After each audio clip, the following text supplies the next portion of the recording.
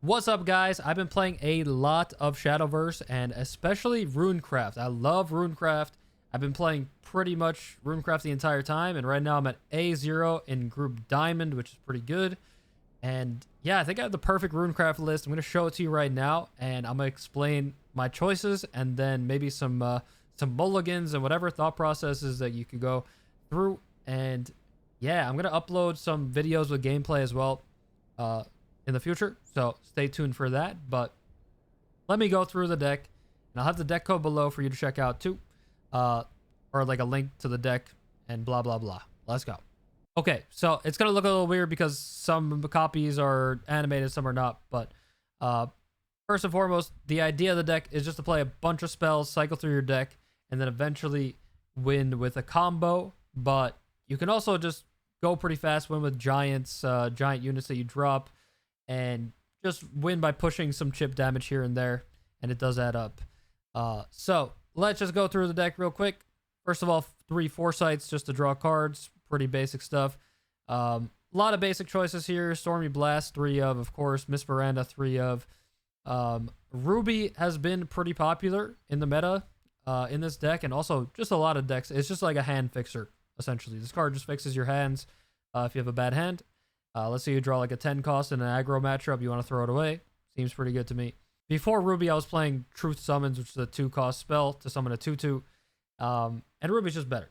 Like, yes, the spell will get you along with your spell boost, but Ruby's better at fixing those awkward hands. And just playing a 2-drop. You just want to play a 2-drop on 2. Because you don't want to fall behind on the board. You want to maybe get in some chip damage, or just be able to trade with the early units from other decks. So really like running 6 2-drops, 6 playable 2-drops here. Then we have Apollo. I have Apollo in here. That's my kind of tech card for aggro decks. Does really well against Pixies. Does really well against Swordcraft as well. If you evolve him, he does 2 AoE. Pretty cracked. Really like the 1-of card. Then I have 3 copies of Seraphic Tidings, of course, just to draw cards. We've got 3 copies of Sage Light Teachings, pretty standard stuff, just to heal up, especially against Portal, because they will burst you down, and that chip damage does add up. Works really well in the aggro matchups. Can actually work well in the control matchups too. It's a little hard to play sometimes, but when you get it down, like when you have time to play it, it will save you. Of course, 3 homework time. This card's cracked. 3 Anne and Greya, super good. It's probably the second best card in the entire game. I like 2 Williams personally. Williams is a really strong card. I used to run 1.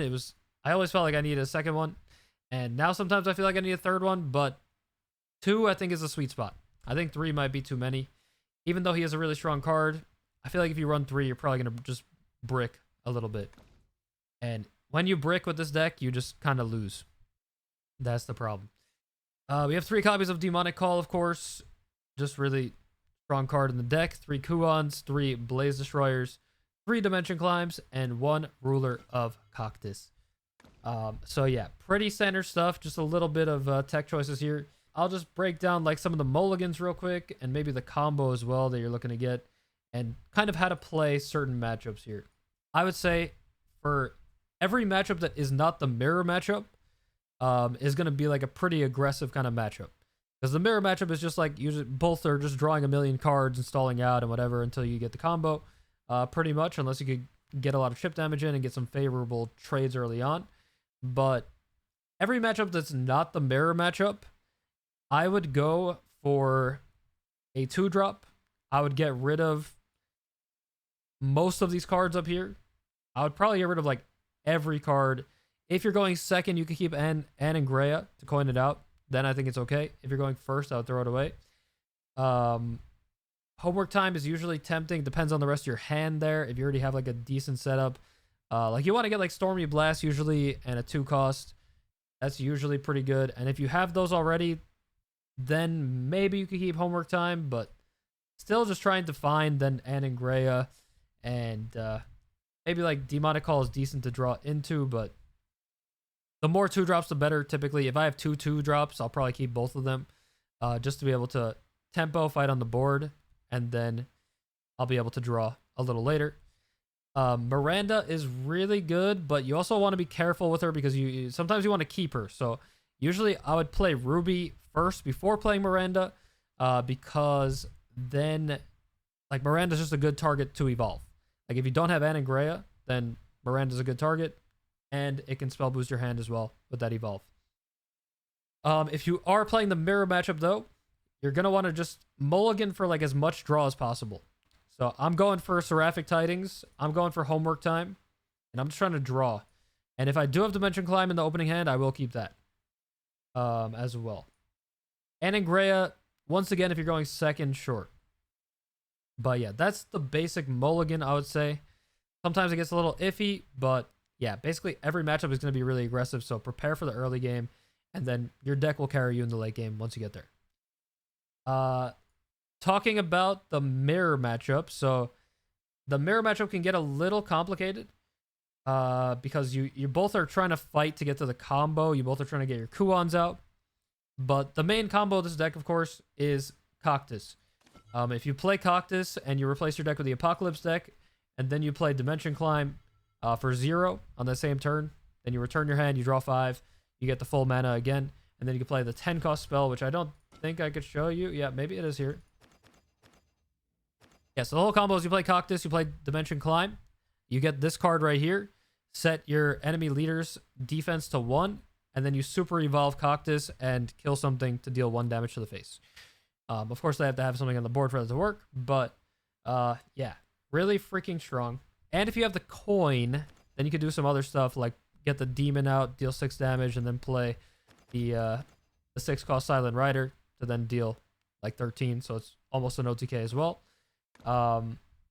That is the combo. So when you're playing in the mirror matchup, it's kind of like all about who gets that combo off first. So if you do have the coin, you kind of want to save it to try to get to 10 first, but then you can't do the Wombo combo because then after you play Dimension Climb, if you coin to Cactus and then play Dimension Climb, then you'll actually be back at 9 energy. So you can't do the full on Wombo combo, but there's also like the whole combo of playing Kuon at 10 and getting the big boy, which will slap them in the face for 10. So being the first one to do that is pretty solid as well. Yeah, you just have to really like pick and choose how you want to be aggressive with your stuff, and you also want to be greedy at the same time. But you also don't want to take too much chip damage because then you will just die to Kuon, or an early Cactus if they have to go for it. So it's a little bit of a weird matchup, but it's pretty fun. And like I said, you just want to go for the draw. You just want to keep drawing through your deck and spell boosting like crazy, and then eventually you'll just get what you need. You'll assemble Exodia, and you're chilling. So I guess basically whoever goes first actually has a slight advantage because they will get to do the Wombo combo first. But you can play around the Wombo combo by just not having a unit on the board for them to swing into, depending on how health is looking or whatever. Besides that, I guess something to note with Kuon is that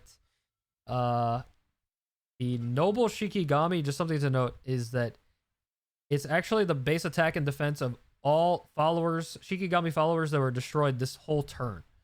So if you were to play Demonic Call and trade in this 3/3 first in that turn, and then play Kuon for 10, then it will actually become 13/13, and so on. And you could pump it up even more if you have multiple Demonic Calls.